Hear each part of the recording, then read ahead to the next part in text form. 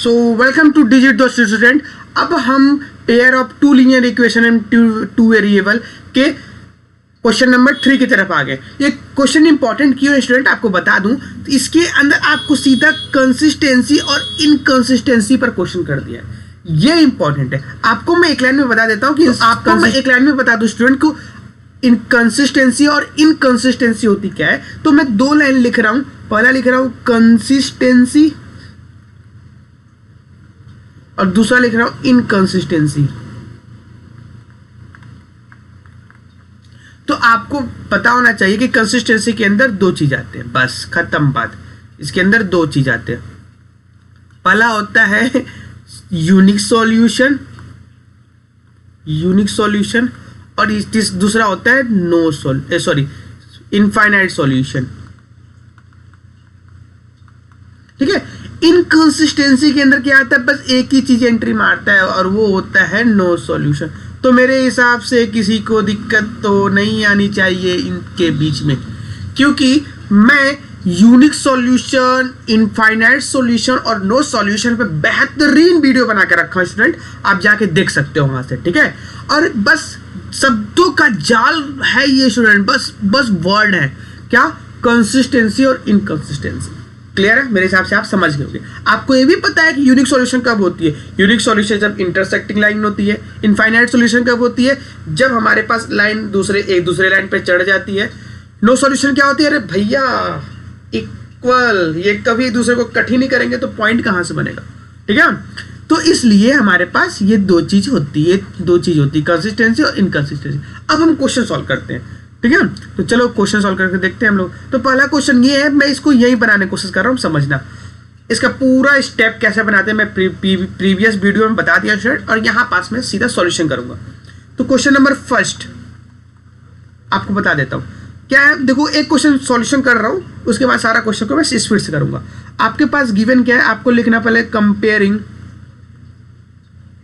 Comparing किससे करोगे बताओ, a1x plus b1y plus c equal to 0, a2x plus b2y plus c2 equal to 0। अब चलो कंपेयर करके दिखाओ मुझे। आपको पता है स्टूडेंट ये बात कि x यहाँ है तो x यहाँ है, तो a1 क्या हो जाएगा 3, तो a1 क्या हो जाएगा हमारे पास 3। इसी तरीके से बताओ b1 क्या हो जाएगा 2 और c1 क्या हो जाएगा। अच्छा ये देखो, इसको इधर भेजोगे तो ये माइनस हो जाएगा और इधर आ जाएगा 0 हो जाएगा। ये बात तो याद करके रखना है स्टूडेंट, आप इधर ला देना माइनस। तो c1 क्या हो गया बताओ -5। यहां तक का कोई दिक्कत नहीं, आगे आ जाओ। नेक्स्ट वाले कंपेयर करो, नेक्स्ट वाले यहां दे दिया इक्वेशन। अब देखो ये भी 7 इधर दिया, तो 7 को इधर ला दो माइनस और इधर कर दो 0, कोई दिक्कत नहीं। तो बताओ a2 क्या हो जाएगा, a2 हो जाएगा 2 और b2 हो जाएगा -3 और c2 हो जाएगा मेरे हिसाब से -7। तो ये हमारे पास पूरी तरीके से मिल गया। अब चलो कैसे सॉल्व करेंगे इसको बताओ। तो हम जानते हैं a1/a2 लेते हैं, फिर b1/b2 लेते हैं, फिर c1/c2 लेते हैं। तो चलो बताओ मुझे a1 क्या है। a1 क्या है, a1 क्या है हमारे पास 3 और 2 हो जाएगा इधर 3 2, फिर इधर 2 -3 हो जाएगा और c1 क्या हो जाएगा स्टूडेंट -5/-7। अब बताओ क्या ये इक्वल है, भैया मेरे को तो इक्वल नहीं दिख रहे हैं 3/2 2/3 नो, और ये दोनों भी मेरे को इक्वल नहीं दिख रहे हैं। तो ये कौन सा सॉल्यूशन होता है, ये हमेशा यूनिक सॉल्यूशन होता है। जब कोई भी इक्वल ना हो तो यूनिक सॉल्यूशन। और यूनिक सॉल्यूशन मतलब क्या हो गया, इंटरसेक्टिंग लाइन। और इंटरसेक्टिंग किसके अंदर आती है, यूनिक सॉल्यूशन इंटरसेक्टिंग। बताओ यूनिक सॉल्यूशन किसके अंदर आती है, ये कंसिस्टेंसी के अंदर आती है। तो इसका मतलब जो हमारे पास ये एक पहला है वो क्या है, कंसिस्टेंसी। मैं सी बना दिया इस पर, कंसिस्टेंसी। क्लियर। अब बात करते हैं इस दूसरे को। मैं इसको इरेज कर रहा हूं ना स्टूडेंट, आप इसमें निकालें, या फिर चलो मैं दूसरे को यही सॉल्व करता हूं। ठीक है। चलो यही पास सॉल्व करते हैं।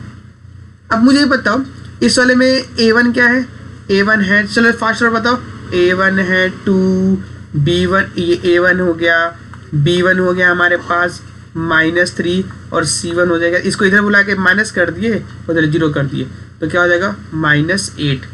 इधर बताओ इसको क्या होगा ये हो जाएगा A2 हो जाएगा हमारे पास 4, B2 हो जाएगा हमारे पास -6 क्योंकि माइनस में, और इसको इधर बुलाएंगे तो ये माइनस हो गया, उधर जाके 0 हो गया।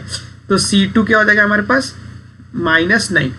इक्वल करें तो देखो A1 A2 ये है 2 और ये है 4, ये 2 है और ये 4 है। ये बताओ B1 क्या है -3 और -6 है, और ये क्या है -8 और ये -9। तो कट के देखें तो 1/2 आ रहा है, ये भी 1/2 आ रहा है, और ये तो इक्वल नहीं आ रहा है। ये तो मेरे हिसाब से 8/9 है, तो कटेगा ही नहीं, 8/9 नहीं कटेगा ना। तो एक बात बताओ, ये दोनों इक्वल है, ये देखो ये इक्वल है लेकिन ये इक्वल नहीं है, हुआ ना। देखो जैसे क्या आया यहाँ पास, मैं बता रहा हूँ आपको आया क्या क्या। जैसे इसको दोनों सॉल्व किया ना, तो यहाँ 1/2 आया, यहाँ 1/2 आया, लेकिन ये आया -8/9 आया, दिखा ना -8/9। तो एक बात बताओ, ऐसा केस कहाँ पड़े हो जब लास्ट वाला हो नो सॉल्यूशन। और नो सॉल्यूशन किसके अंदर आता है, इनकंसिस्टेंसी, क्योंकि एक ही चीज तो है इसमें। देखो किसके अंदर आता है, इनकंसिस्टेंसी। कहाँ है ये देखो, एक मिनट, हाँ देखो इनकंसिस्टेंसी आ गया। और यहाँ बता भी दिया हूँ स्टूडेंट, ये देखो आपका भी लिखा हुआ है, आप देख सकते हो इस वीडियो में। ये देखो ऐसा कुछ हो तो क्या होगा, ऐसा कुछ हो तो क्या होगा, और ऐसा कुछ हो तो क्या होगा, आपको पता होना चाहिए पूरा चीज, और बाय डिफॉल्ट दिख भी गया इस वीडियो में, ठीक है। तो चलो, तो हमारे 2 क्वेश्चन सॉल्व कर चुके हैं स्टूडेंट हम लोग। अब चलते हैं लोग तीसरे क्वेश्चन की तरफ। कुछ नहीं करना, बहुत आसान है, आप पैटर्न यूज करते जाओ और निकालते जाओ। चलो एक और क्वेश्चन सॉल्व करके दिखाता हूँ कैसे निकालेंगे। मान लीजिए इसको सॉल्व करना है मुझे, तो बताओ A1 क्या है हमारे पास, A1 है, मैं लिख देता हूँ, A1 है हमारे पास 3/2। भैया x के सामने जो रहेगा वो A1 है, y के सामने जो रहेगा वो हमारे पास B1 होगा, y के सामने क्या है 5/3। C1 क्या है, C1 क्या है हमारे पास, इधर बुला लिए तो माइनस हो जाएगा, उधर कर देंगे तो 0, तो क्या हो जाएगा -7। क्या यहाँ तक कोई दिक्कत नहीं। आगे चलो, A2 क्या होगा, तो A2 x के सामने जो है तो 9, B2 क्या हो जाएगा -10, और C2 क्या हो जाएगा स्टूडेंट, इस अरे इधर है तो इसको इधर बुला लो, इधर 0 कर दो, ये -14। चलो इसको हम लोग देखते हैं। तो मैं A1/A2 लिखता नहीं हूं, आप समझ जाना। 3/2 A1 है और A2 क्या है 9 है, ये A1/A2 हो गया। आगे आ जाओ, ये क्या है 5/3 है, और B2 क्या है हमारे पास -10 है। आ जाओ, ये -7 और ये -14 है। थोड़ा सॉल्व करके देखो तो, इसको मैं लिख सकता हूँ 3/2, 3/1 लिख सकता हूँ ना, और ये हो जाएगा 1/9। आगे आ जाओ, इसको लिख सकता हूँ 5/3, और ये हो जाएगा, इसके नीचे अगर 1 लिख दूँ तो क्या हो जाएगा 1/10, ये हो जाएगा -7/14। ये तो पढ़े हो मेरे साथ। अच्छा, 3 1 जा 3, 3 3 जा 9, तो 1/6 हो जाएगा, 3 2 जा 6। अच्छा, 5 1 जा 5, 5 2 जा क्या हो जाएगा, 5 1 जा 5 2 जा 10, तो 1/-6 मेरे हिसाब से तो यही आ रहा है स्टूडेंट, 1/-6।